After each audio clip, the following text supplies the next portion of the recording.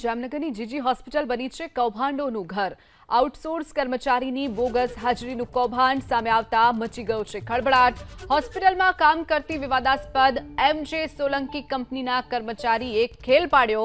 આઉટસોર્સના એક કર્મચારીને નોકરીએ આવ્યા વગર જ 7 મહિનાનો પગાર ચૂકવાઈ ગયો। વધુ વિગતો સાથે સંવાદદાતા રવિ આપણી સાથે જોડાઈ ગયા છે।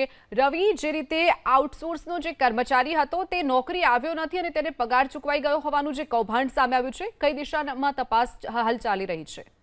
બિલકુલ, વર્ષે દાડે રાજ્ય સરકારના આરોગ્ય વિભાગ દ્વારા હોસ્પિટલમાં દર્દીઓને સારી સુવિધાઓ મળી રહે, સારું આરોગ્ય જળવાઈ રહે તે માટે કરોડો રૂપિયાનું ફંડ છે તે ફાળવવામાં આવે છે। પરંતુ ક્યાંક ને ક્યાંક સ્થાનિક સ્તરે ક્યાંક ને ક્યાંક ગડબડ ગોટાળાઓ છે તે ચાલી રહ્યા હોવાનું ટૂંકા ગાળામાં બીજો કિસ્સો છે તે જામનગર જીજી હોસ્પિટલમાંથી સામે આવ્યો છે।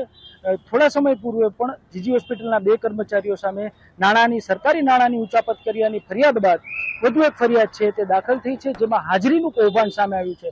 જાણકારો તો ત્યાં સુધી કહી રહ્યા છે કે ના માત્ર આ એક કર્મચારી પરંતુ એમજે સોલંકીની જે એજન્સી છે તેમનામાં અન્ય કેટલાક એવા કર્મચારીઓ છે કે જે અહીંયા પોતાની ફરજ છે તે નથી બજાવતા।